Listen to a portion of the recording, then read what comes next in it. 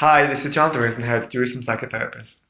This week's Torah and Psychology post, the Pastor Toldot, is going to discuss, on the one hand, the obvious topic of twins with the birth of Yaakov and Esau in this week's Parsha, but to also take that and expand to take it into a more general perspective on human existence, on the human characteristics, and how that plays out in a person's development. Because twins is you could say, a convenient sample which is used in psychological research to look at the interplay between nature and nurture, how the genetic makeup and the characteristics that the person receives, you could say, from birth, then plays out based on the nurture, based on the environment, the family, the friends, and also importantly, the decisions that a person makes. And this we can see through twins. We can see how it's a very convenient and a useful way that psychological research has been able to address and to investigate this interplay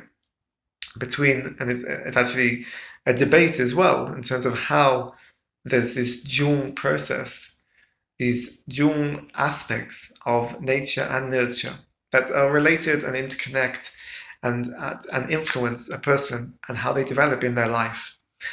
So in this week's Parsha, we see, obviously, through Yaakov and Esau, an interesting perspective, how the Torah is depicting this concept of nature. The Torah details quite clearly in the Psukim from the very beginning, in terms of the fighting in their mother's womb, while they weren't even born yet. But we start to get an idea that from the very beginning, there's certain characteristics that are there from birth. We're told by the Psukim, which is not just because it's twins, but it makes it more interesting because it's twins, but to understand that the nature aspect comes into play and is activated from the very beginning. And we start to see that there's a distinction and a difference between Yaakov and Esau because of this aspect of nature, because of the different characteristics that they have. And we're told as it goes forward that we start to understand that they're two different nations, they have two different personalities, they're going to go on and go forward in different directions in their life. And this is all set and established from the very beginning in terms of the nature aspect of this equation. But once we've been through this and we've gone through this idea that they were both born into a family where they were loved. It wasn't an abuse. You could say a family where there was abuse or a family where there was neglect. We're told explicitly by the Torah that Yaakov and Esau were loved, perhaps separately in terms of one preferred. One was more preferred by the other. They were both loved. But the Torah is telling us that Yaakov received his love from his parent, perhaps more from Rivka, and Esau received his love, maybe perhaps more from Yitzchak, but they were both told they had loving parents. There's the nature in terms of their personality. There's the environment they were born into, which is all set up in a way to hopefully provide a person with this nature-nurture combination to be successful. Then we get to the point, which is a somewhat controversial but significant point, is to understand that nurture is also, the nature-nurture combination also plays into a person's own actions and own decisions that they make in their life.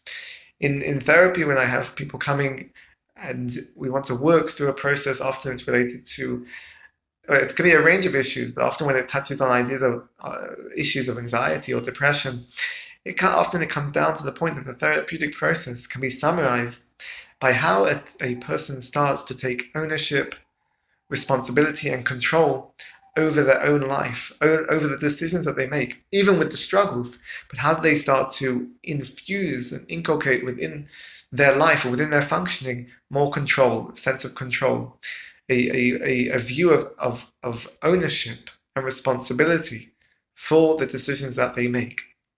And this is what the Torah immediately afterwards juxtaposes and brings in the Psukim of the story about Yaakov and Esau and selling the Bechor, selling the firstborn right. That it's an interesting and complex interaction that has repercussions, obviously, going forward. But at this moment, we're talking about Yaakov and Esau coming back from hunting, and Yaakov, in a way, initiating a process of where he decides he wants something, he wants to take the bechor, he wants to have it, he appreciates perhaps more the significance of it, and offers to give the bowl of soup in exchange for the bechor. And Esav agrees. Esav makes a decision. Esav accepts. Esav takes the soup as a replacement. What we see here is what is a somewhat mundane, simple interaction, confusing. Exactly how does this work? But what we've shown here immediately after, the nature, nurture of the characteristics, how they were born in their mother's womb, the environment they were born into, the parents that loved them. Then we get an insight into making decisions in your life and taking responsibility for those decisions, that the life that they went on to have, Yaakov and Esav, was also influenced strongly by the decisions and taking responsibility for those decisions. That Yaakov wanting to in a way get the bechor from Esav, and being able to orchestrate this situation, and Esav agreeing, and Esav saying that I don't need the bechor, I don't need it, it doesn't mean anything to me perhaps, I prefer just to get the soup right now. This is all about understanding that the decisions we make have repercussions, the decisions that we make have a great weight to them, that we need to understand and take ownership and responsibility for them. And it's somewhat, maybe not a popular idea nowadays, and somewhat challenging in order to accept, but this is the combination. This is what the Torah is giving us an insight into, the nature-nurture combination that is adding in this vital aspect that we are the ones that have a sense of agency, that we can bring about change in our life, and the decisions that we make, we need to take responsibility for them, accept and acknowledge and be committed to them in order to bring about, hopefully, a healthy and a successful functioning and development in our life. Have good Shabbos and keep well.